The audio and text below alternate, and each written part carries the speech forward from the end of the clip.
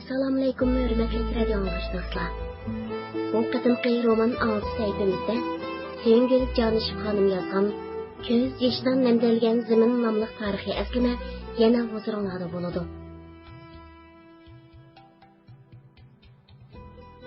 30 mart. Kunlar ana shundoq ko'ngilsiz va ansizchilik ichida o'tdi. Bir kuni o'pka kasallar bo'limida dars o'qib o'tirdim. Ahmad To'xta aka yanimga kelib bosh tarafi puklangan bir parcha xatni oldimga qo'yib, bu xatning puklangan yerdan ko'gi cho'qib chiqing deb xatni qo'yib o'zi chiqib ketdi. Xat Ahmad akaning ayoli Maryamdan kelgan bo'lib, xatda mundaq mazmunlar bor edi. Ahmad, sizni qanchalik kutganimni bilamsiz? Shuncha yillarni taqozolik bilan kutib ko'zim teshildi. Biz to'y qilibmi bir uyda turmadik. Sizni o'qishni xotirjam tugatib olsin deb chidab kutdim. Shuncha yillar tugab, sizning o'qish bitirish vaqtingiz yaqinlab qolgan sari men cheksiz xushal bo'lib, kunlarni bir-birdan sanab o'tkazib o'tdim.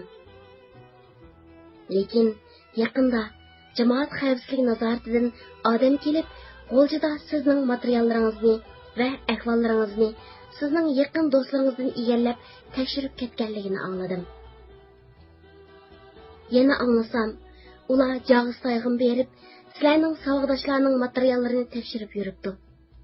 Bu qanday ish? Men buni anglab og'rib qoldim. Siz nemishqa o'ylanmaysiz? Mening sizdan boshqa kimim bor? Men qanday qilaman? Bu gaplarni anglab, yuragim baq qattiq cho'chib turdi, deb yozgan ekan. Men xatni ko'rsatgan yergacha o'qib bo'lib, xatni qatlab etib, ko'nglim bakmi aski bo'ldi. Biz bu yerda ular hech narsa bilmaydi deb xotirjam yuraveribdik. Amaliyotda ular shaharlar aro tekshirish elib berib emasmi? Biror yeb uch topmagan bo'lsa, bular bizni bunchalar markazlik oldi tekshirib ketmaydi, degan xiyol bilan o'tirdim.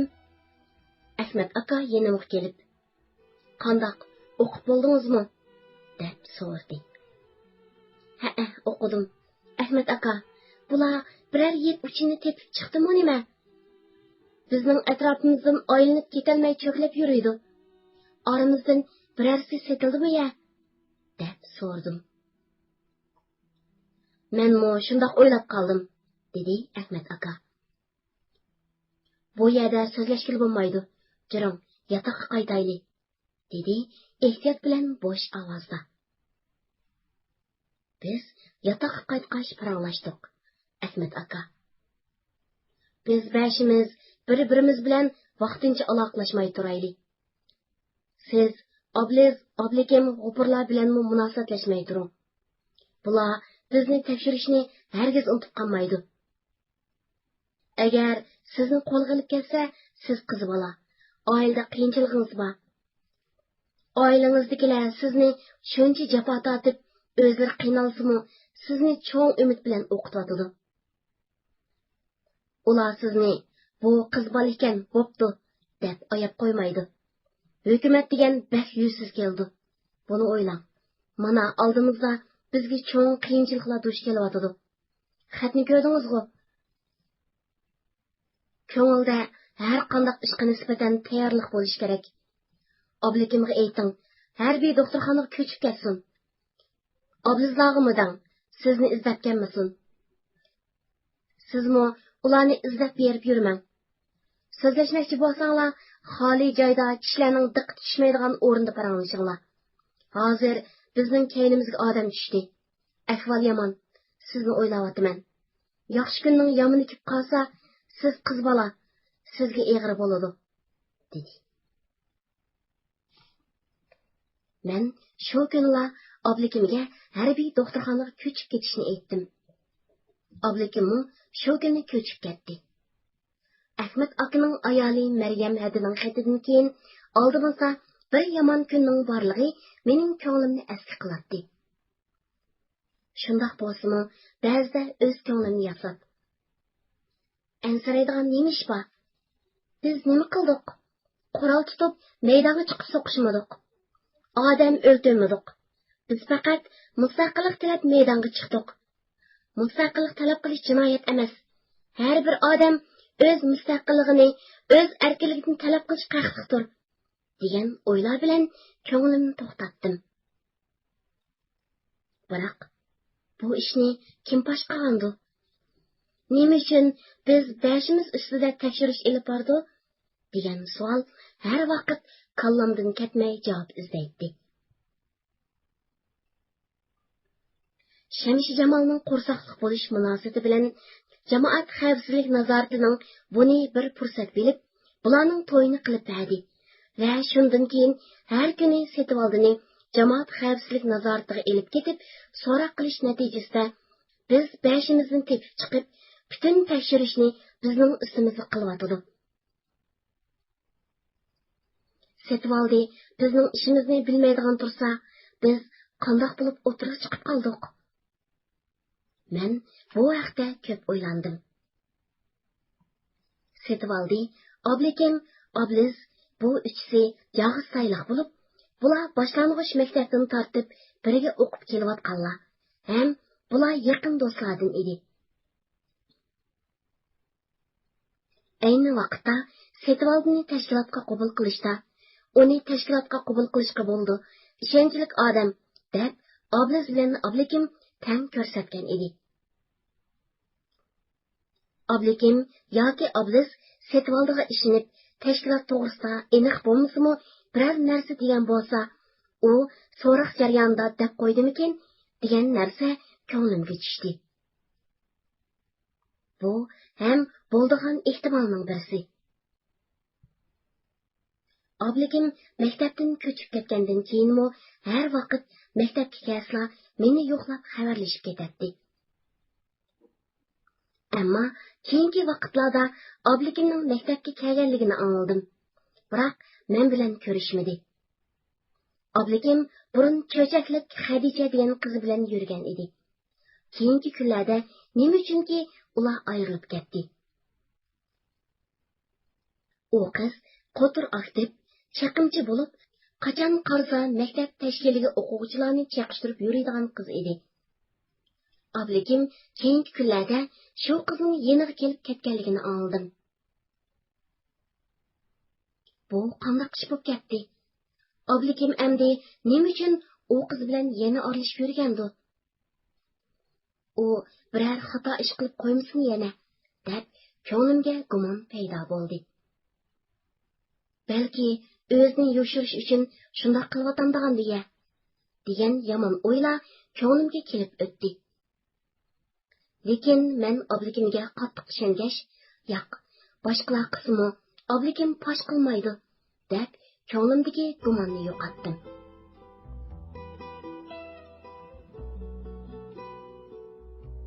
10 aprel. Men ishki kasalliklar bo'limida o'zimga berilgan og'riqning kasal tarixini yozib o'tirdim. Tuyuqsiz telefon jiringlab ketdi. Zalda mendan boshqa odam yo'q edi. Men beshimni ko'tarib, telefonga qarab qo'yib, telefonni olmasdan o'tirib, o'z ishim bilan bo'ldim. Telefon biroz jiringlagandan keyin sestra ishxonasidan yugurib chiqib, "Nimandaq jiringlab ketdi?" deb qo'yib, telefonni oldi. Ha, bo'ldi, ma'qul, deb trubkani qo'yib o'tib. Yana nima ishdi xudoyim? Barliq milliylar mudiriyat ishxonasiga yig'ilinglar deydi, degan peti oldirab chiqib ketdi. Ko'p o'tmay barliq milliy doktor sestralar xalatlarini yechib mudiriyat ishxonasiga ketdi. Uzun o'tmay ular yana qaytib kelishdi. Boyqi Uyg'ur sestra qiz xaltini kiyib qayg'urgan holda: "Yana nima ishdan? Dushanba kundan boshlab butun maktab bo'yicha o'qish va xizmat to'xtatib, o'g'inish ilib berildi deydi. Tashkilot nima? yana kimlarning beshiga chiqqan bo'la? Odam yurgini mujib. Yana birisiga meni dedi deb qo'ymang, deb ko'ngilsiz holda sestralar bo'limiga chiqib ketdi. Bu so'zni anglagandan keyin yuragim jig'ida qilib qoldi. O'ltirgan yerimda qetib qoldim. Birarsi pash qilmagan bo'lsa, bu tashkilot so'zi chiqmas edi. Rostilla, birarsi pash qilib qo'yganmidi? Kimdi? Maktabda bizdan boshqa tashkilotlarmi bormi deya? Hammani ko'z oldimga keltirdim. Lekin birarsining pash qilishiga ishonmadim. Bu so'zni kimga ishonib deyman? Agar rostilla pash bo'lib qolgan bo'lsa, qanday qilish kerak? Qechib qutulish mumkinmi? U chog'da boshqa kelganni ko'rmay amal yo'q. Yugurib berib, bu so'zlarni ishonchlik birarsi bilan o'rtoqlashqim keldi. Biroq kimga deyish kerak? Rostilla pash bo'lgan bo'lsa, uningga amal yo'q. Xuddi o'zim yolg'iz qolgandek tanholik his qildim. Shundaqdimi yana o'zimga. Bo'ldi. Nimancha yomon xiyollarni qilaman. Balki biz emas turimiz. Maktabda bundoq o'rganishdan ko'p narsa yo'q. Balki boshqa o'rganishdir. Chunki bu ishimizning fosh bo'lib qolishi mumkin emas. Hammasi irodalik, kuchlik, g'ururli yigitlar. Ular undoq askarlikni qilmaydi. Men hech qanday ishni bilmay turib, ortiqcha gumonlarni qilib, ansirab ketmay, deb ko'nglimni to'xtatdim. Ana shundoq tegi yo'q xiyollar bilan o'ltirib, tushlik tomoq vaqti bo'lganini bilmay qoldim. Oshxonaga borsam, o'quvchilar tomoqlarini yeb bo'lib, chiqib ketishgan ekan. Yotoqqa qaytib kelsam, yotoqdami odam yo'q. Shuning bilan yotoqda o'zim yolg'iz xiyol bilan o'tirib, kashlik dijorlik vaqtim to'shqanda yana doktorxonaga ketdim. Qo'lim ishqa bormay, butun kecha fikr xiyolim shuningda bo'ldi. O'zimni qancha bazlab, balki undoq bo'lmas desammi, lekin ko'nglimning tagida qora zulmatlik eg'ir kunlarning kelayotganligini sezatdim. Atganlik tomoqqa borsam, boshqalar yana keyin qolgan ekan. Yana hech kimni uchirtamay doktorxonaga ketdim. Tushlik dam ilishqa yotoqqa borsam, Shamish Jamol bilan Turnisa ikkisi xapchiray, ansirgan holda paranglashib o'tiribdi. Men kelishim bilan Shamish Jamol: "Sengil, bugun Setvaldan telefon keldi. U menga maktabda o'rganish bo'lganligini deb qo'yay deb telefon qilgan ekan. Men uningga mening xabarim borligini aytdim", dedi. Men bu vaqtda anlaganlarimni ularga qisqacha so'zlab berdim. Biz kashlik tomoqni yeb bo'lib turishimizga maktab mashinasi sirtdagi doktorxonalarda praktika qilayotgan o'quvchilarning hammasini qaytarib keldi. Barliq o'quvchilarda qandaqdir bir xil qo'rqish va ansirash alomatlari bor edi. Ularning hammasi: "Bu nima ishdi? Hay, yana qanchimizning beshini yara?" deysa, yana ba'zilari: "Oramizdagi bir qancha yaxshi savg'adoshlarimizdan ayrilib qoldigan o'xshaymiz", deb ansirashdi.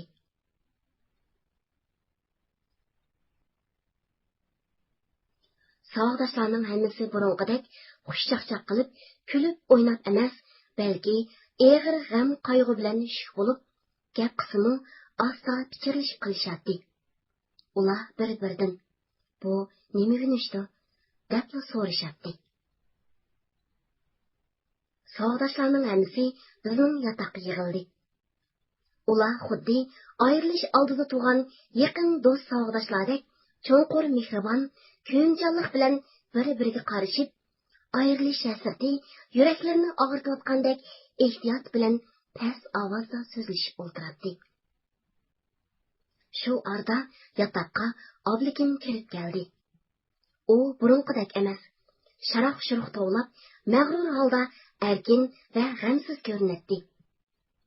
U menga burunqidek emas, balki bizni ko'rmagandek parvosiz holda qarab qo'ydi.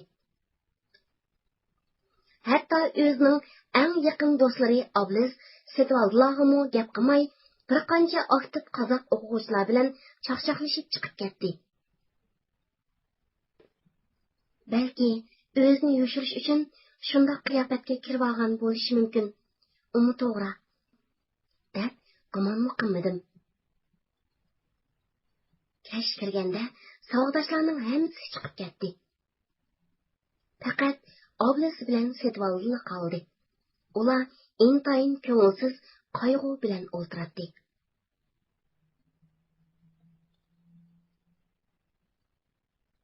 Bugun biz xabar olgandan keyin Obliz bilan ikkimiz munchaga kirib toza pokiz yuvindik. Munchada bir-birimiz bilan quchoqlashib xo'shlashdik. Bu qatim bizning omon qolishimiz qiyin. Bo'libmi Obliz? dedi Setvaldi. Ular bu so'zni shuncha eg'ir qayg'u bilan so'zlayotdi. Oblizning kuyunchan ko'zlari hammamizga mehribonlik bilan qaraydi.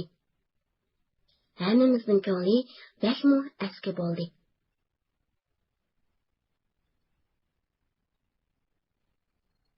Ahvolni bilmaydigan o'quvchilar bo'lsa, o'qish tashlash harakatining boshlamchilari deb qo'lga oldigan bo'ldi deb ansirsa, biz tashkilot posh bo'lsa, hammani qo'ymay qo'lga ilib ketadi deb qo'rqib yurdik. Menmu o'g'illarni tashkilot qatnashdi, birni qo'ymay qo'lga ilib ketilgan bo'ldi deb ulardan ansirabdiman. O'zim to'g'riliq o'ylabni qo'ymabman.